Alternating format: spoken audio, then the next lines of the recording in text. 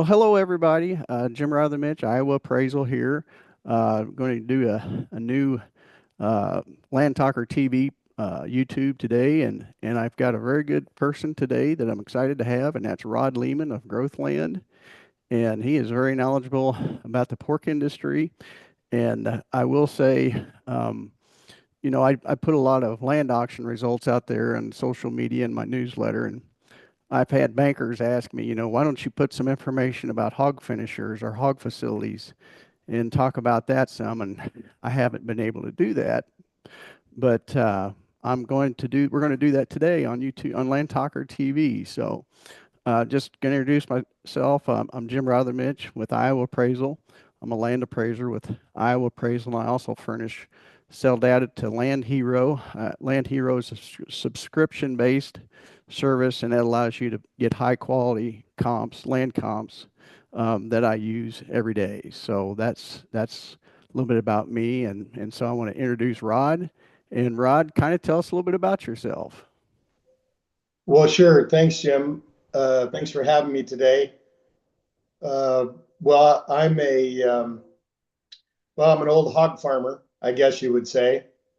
Um, my wife used to give me a little guff about that. She'd say, "Well, when's the last time you saw a pig?" And I'd say, "Well, it's been a while, but the reality is that the National Pork Producers Council spends about $2 million every 5 years on focus groups about how pig farmers should talk about themselves. And the term pig farmer comes to the top of the list all the time. So I generally introduce myself as a pig farmer. But I do work for a company called Growthland. I'm an associate appraiser and a real estate agent, and I do some business consulting and business valuation in the swine production and real estate space. Um, so Growthland's based in Marion, Iowa, several offices throughout the state. So we do land management, land real estate, real estate, swine management. So a little bit of everything in the ag space. And that's how I met you, I guess. Met you in Des Moines there giving a talk at the appraisal group Yep. for the ASFMRA in Iowa, I guess it is. Yep, the spring meeting for the Realtors Land Institute Iowa chapter and the Iowa That's right. chapter of American Society of Farm Managers and Rural Appraisers. And Yeah. I listened to your talk and I really appreciated that and thought, man, you would be a good person to have on Land Talker TV because I know there's a lot of interest in what real estate's doing for hog facilities here in Iowa. Yeah. And I can relate to you as far as being a pig farmer because I graduated college in 1988, and at that time, agriculture, the farm depression was still going strong, and I can remember, those agricultural companies that were coming to college there to hire new people were telling us they weren't hiring anybody; they were laying off. And the CRP program had come out. I think it'd been about 2 years old, and there was just whole farms in my neck of the wood where I grew up at in central Missouri that whole farms went to CRP program.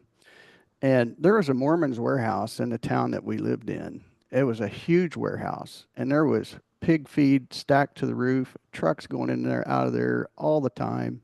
A lot of hogs fed in the area. And just in a period of just a couple of years, that thing just disappeared, and the hogs left the farms, and so in 1988, really the only people that were hiring out of college was the big hog companies in North Carolina, Right. and so I had the company was called Carroll's Foods at the time. It's now owned by Smithfield Foods, and they offered to fly me out to southeast North Carolina, Clinton, North Carolina, and tour brand new farms. And I went out there and toured a new farm. It was a 1200 sow farrow to finish, and everything was under roof, brand new. Everything was on concrete. I'd never seen anything like that before in my life. So it was kind of a wow moment for me. And we was only an hour from the coast, and they were talking about, we're going to put 150,000 sows here, and they're around Clinton, North Carolina, and they're going to put 150,000 sows up in Virginia. So I signed on with them, and because that was the only good thing that was happening in agriculture at that time. They were really putting a lot of capital in new operations. And then in 1992, Morgan Stanley wanted to get in the hog business, and so they started, dropped $600 million on it to Premium Standard Farms there in Princeton, Missouri, Oh and yeah, I I remember moved that one. there. And Yep. so, even the Wall Street guys at that time were putting capital in new hog facilities. So I worked in the industry up until 2001, got out of it, and part of the reason why is it was such a hard time getting people to work in those hog units, and we was just always short of help, and I decided to move on to other things. Yeah. But anyway, that's kind of how I relate to the industry. So I still got some passion for it and interested in hearing. And I do some appraisals on hog facilities. Good. Um, one thing I appreciate about Growthland is, 20 years ago, most of the hog facilities were sold privately, and Growthland is giving you has really added value to these hog facilities, getting them exposed to the market and different ways you guys sell them, sealed bid auction or what or listings or whatever. So can you kind of speak to that some, Rod? Yeah, well, I've been really fortunate after 30 years in the pig production business to kind of start out on a second career here in the real estate and appraisal space in the swine sector. And we have a really good swine team, 4 or 5 of us there at Growthland that have a lot of experience. And I would say the biggest advantage we bring to the market is that team really has a good combined Rolodex. I mean, we know who to call. I mean, everybody thinks they know who to call when it's time to sell a hog barn. And that's traditionally how it's gone. But there are fewer and fewer places in getting, or fewer and fewer, integrators to lease barns. And getting to the decision makers of those businesses is really important. And that's the niche, I guess, that we've been able to carve out is developing those strategic relationships with the decision makers at the production companies. And we're talking about production companies anywhere from, 5,000 sows on up to, you know, 250, 300,000 sows and even the Smithfields of the world. But I think that's what sets us apart is our ability to um, make the right contacts and have the decision makers pick up the phone when we have an opportunity. And I think too that one of the things that things have gotten a lot more complicated selling swine facilities over the years. Um, the transactions are bigger, the players are more sophisticated, the buyers are more sophisticated. And there's just a lot that goes into selling a swine facility that most people don't think about until they're in the middle of it. Um, and so um, I would say those are the two things we bring: the expertise in how to do these things efficiently and quickly and extract the most value for the seller, and also bring multiple buyers, which of course is any real estate agent's job, right? So, Absolutely. You want to get as big a buyer pool as you can, and I know you guys have got those connections. I've worked with you all, and we're friendly competitors on appraisal side, and know you guys have really got connections that most people wouldn't have, and the pork industry has really become so specific as to who's in that industry, and having those connections is critical to get that buyer pool as high as you can. And so that's a big deal, and you guys do a really good job at it. well, I appreciate that. We pride ourselves on that, and it's something that we actively cultivate. So it's a competitive advantage for us, Yep, certainly. yep. Just kind of speak to what the market conditions now are for hog facilities. If you could speak to sow farms and nurseries and Yeah. finishers, kind of talk about that. I know the industry's kind of had some bad years. Maybe I think maybe 2023 is the worst year they'd ever had, like losing like $35 a head. Yeah. I think that was the case. So could you just kind of speak to that, Rod? Yeah, 2023 was pretty rough. 24 was okay. We started off pretty well in 25, and it's starting to erode a little bit. Of course, the Trump tariffs and all this has people a little nervous. But generally speaking, as it relates to real estate, hog production profits have been under pressure largely since 2016, 2015. And it's been a rough go for about the bottom third of the industry as far as cost of production. When I say bottom, I mean the people with the highest cost of productions, fair to finish, I would say. And so there's been an equity erosion in the hog business. There's been a lot of these independent, especially the smaller diversified folks, have relied somewhat on um, the land value run-ups here in the last 10 years to cushion the blow of a hog business that wasn't going so well. Um, and we're kind of coming to the point where those things are coming to a head because some of these production systems, especially again the the highest third on cost of production, are really struggling. And so that's having an effect, I would say, on the real estate market. Sow farms, again, the message I have, Jim, here on the real estate is just a lot of variation in the price and the value of swine facilities, particularly in Iowa, but also across the country. On sow farms, the value is all wrapped up in biosecurity. With the disease pressure from PRRS that we've seen in Iowa, southern Minnesota, even into South Dakota and Nebraska now, some um, biosecurity is a premium in the marketplace. And generally speaking, these days, biosecurity means a remote location, which is awfully Okay. tough in some of those areas for a sow farm.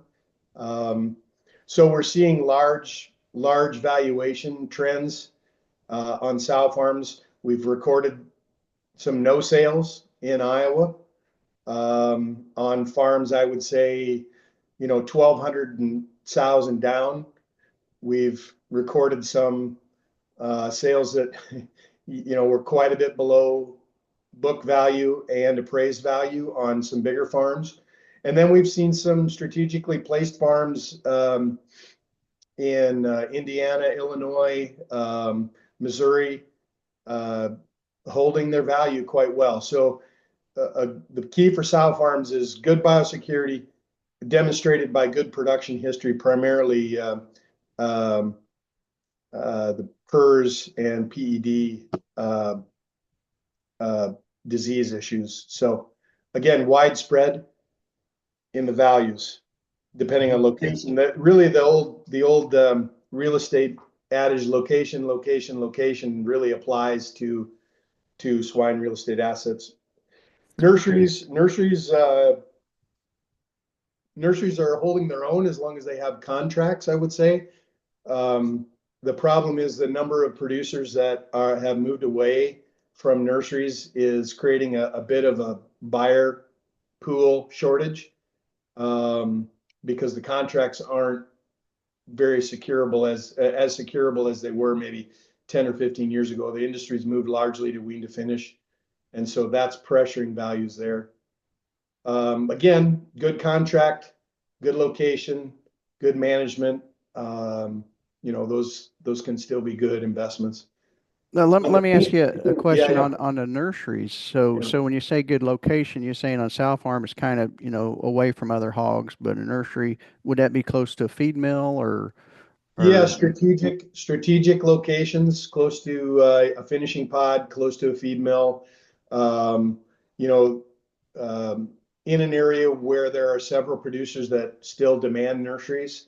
There's probably really only a handful that are still demanding nurseries. And regionally, that's different. For example, Southeast Iowa is kind of still a nursery area. Northwest Iowa, not so much, for example. Mhm. So it's a location that it's kind of a regional thing as well. If that makes Mhm. sense. Mhm. Sure, sure. Um, yeah, and then on to finishers and Jim, it's really been tough as an appraiser and real estate person in this space lately because as I talked about at the meeting there you were at, we're coming to end of life on some of these finishing facilities for sure, and we've not been there before. I mean, you talked about the late '80s and early '90s, and we all know the expansion that came in that time frame. And the expansion has been corresponding with profitability of hog producers, and you used to, when the hog producers made a little money, they'd go out and build new hog barns, right? And their contractors would build new finishers, and you pretty much put them wherever you want to put them, right? Close to home, um, on the field that you want the manure on, strategically around feed mills. You just went out and did that. And now we can talk about this some more, but new construction costs have basically put that out of reach at the current contract lease rates that are being paid. New construction is basically off the table. And so now you're looking at facilities all over the gamut. You got things that are built facilities that are built in the last 5 to 10 years, well-maintained, high-quality facilities in strategic locations that are bringing the money. I mean, they're historically, those facilities would have sold for about what it cost to build, and we're seeing that in that, I would say, anything 7 years and newer in a strategic location. Then you got kind of a swath in the middle that's a little bit unknown. If it's got a contract and it's in decent shape, it can bring good money. And then you got this stuff at the bottom end here that's reaching end of life. And the equation is, what do I have to do to secure a contract? How much money do I have to put into it so that I can make an adequate rate of return? And that's where we're seeing the majority of the depressed values, specifically in locations that aren't strategic. So just a wide spread. I'd say generally, if you got a 2,400 head on a single site, you got a good location, you got a good contract, you've got a good build quality, relatively decent biosecurity, you're probably okay. If you're on approaching end of life that requires significant investment, then you probably need to be, your facilities are probably worth less than you think they are at this Yeah. time. Yep. No, I hear you. Those 30 years on a hog facility, that's a long time. Yeah, And down there where I used to work at Premium Standard Farms, which is now owned by Smithfield, there's I don't know, like 70 sows that they production, and all those sow farms are sitting empty and they're 30 years old. yeah, they And that's mothballed those. Yeah. yeah, and so that is just a long time. And if you're an integrator, and you've got options out here for newer barns, why would you want to put pigs in a barn that's that old? Because it's going to take a lot to get it up to speed. And these newer barns are just so much better than the 30-year-old or more barns. Well, the biggest difference has been the quality build and the ventilation control in the newer barns that reduce the moisture levels throughout the year. And of course, it's the moisture that kills everything inside the barn, right? So these well ventilated, tunnel ventilated barns, especially even the solid sidewall ones we've seen in the last 4 or 5 years, six, Hmm. 7 years, I would say, uh, just control the moisture so much better, which yields to better effective age, like we like to say in the appraisal business, right? You might Sure. have a 10-year-old barn that's really the effective age because of the quality and maintenance, and the style of barn might be only 5 years old, right? So Yep. Yep. Well, that's one thing driving around that I notice is it seems like there's a trend going to more tunnel ventilated buildings, and I'm also noticing those solid sided buildings as well too. well, Um, they're so much more energy efficient. And like I said, they control the ventilation so much better. The environment's better. It's better for the pigs and better for the people and better for the equipment in the barn. So for sure. Yep. Well, if you're a contract grower, you want to keep that propane cost as low as you can. So, if you got wean pigs in there and it's, 10 below zero outside, I imagine, that propane expense could get pretty high. And if you got solid sided building, that probably helps out a lot. Yeah, and related to the buildings on that need some remodels, I think what we're facing here really is kind of some headwinds um, to valuation of particularly of those barns. And obviously the cost to build new is one of them. The costs vary, but it's well over $400 a space now, probably. Hmm. Whereas just 5, 6 years ago, you were talking in 300 to 310. Right. Um, the latest stuff I've seen on a solid side wean to finish barn says it could be 420 to 450 a space. Um, Yeah. Yeah. so so you got new construction costs, and then of course interest rates are a headwind to us. Uh, at about double what they were 6 years ago. Right. Um, and then you've got um, the increased. I talked a little bit about this at the meeting too. Is you've got investors, buyers that have a different uh, uh, rate of return on investment expectation than they did 6, 7 years ago because of the interest rate environment.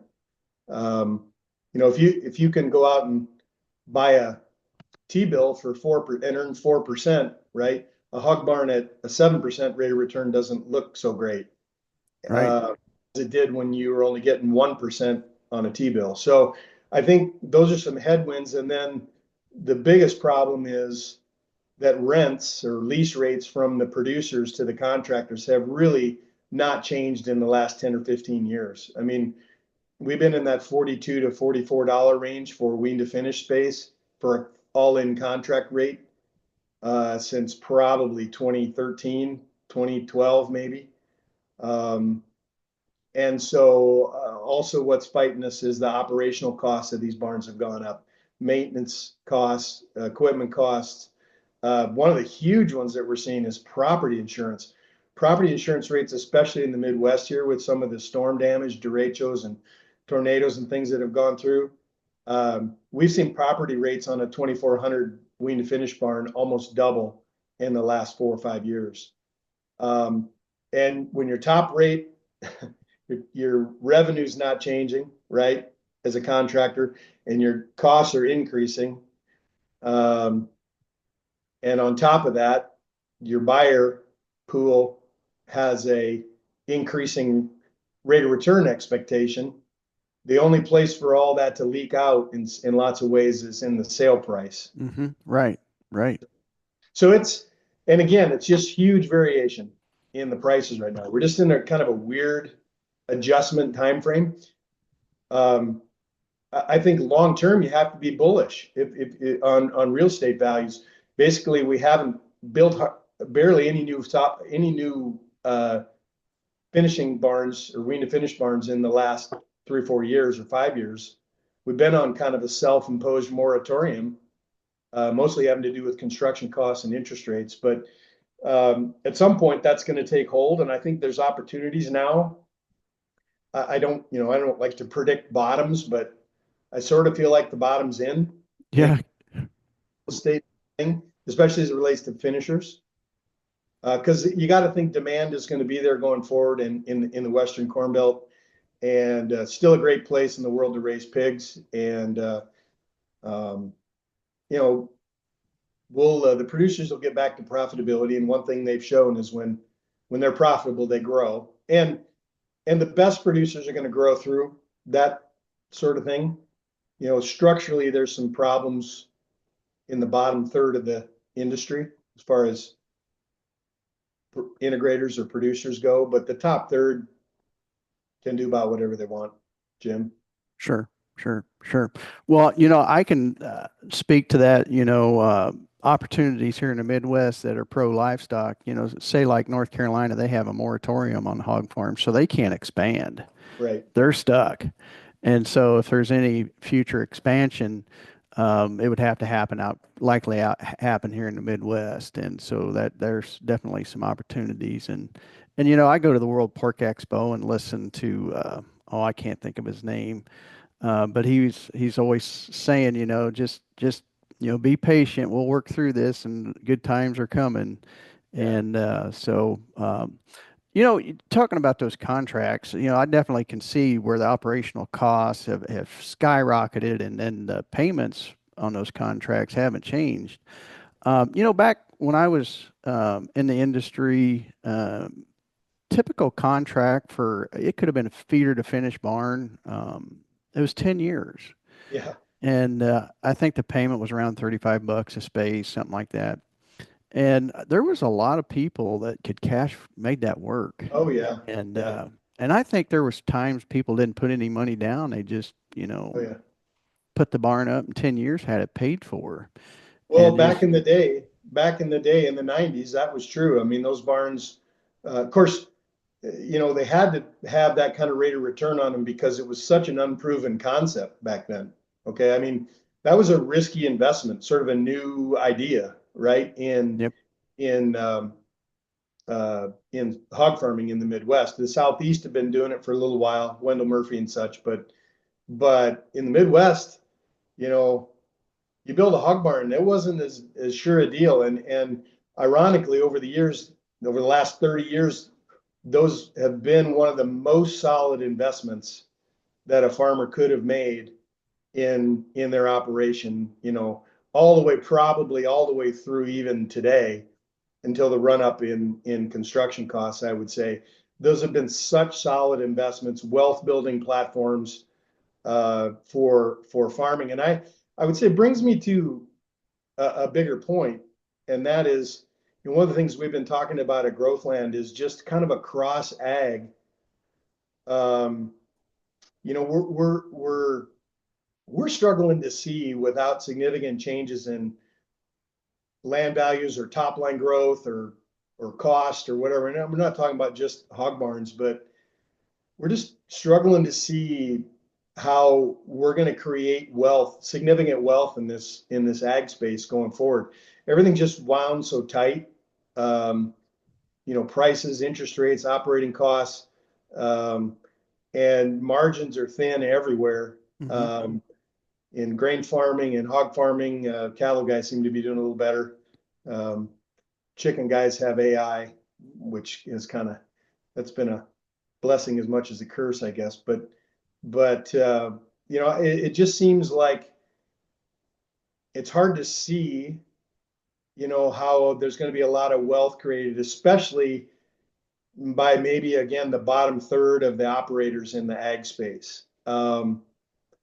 And we're a little worried about that. I don't know how to quite. We don't really have the answer. Of course, if we did, I probably wouldn't be on a podcast talking with you. I'd be on a beach somewhere in the Bahamas. I would have probably taken my private plane down there too if I had the answer.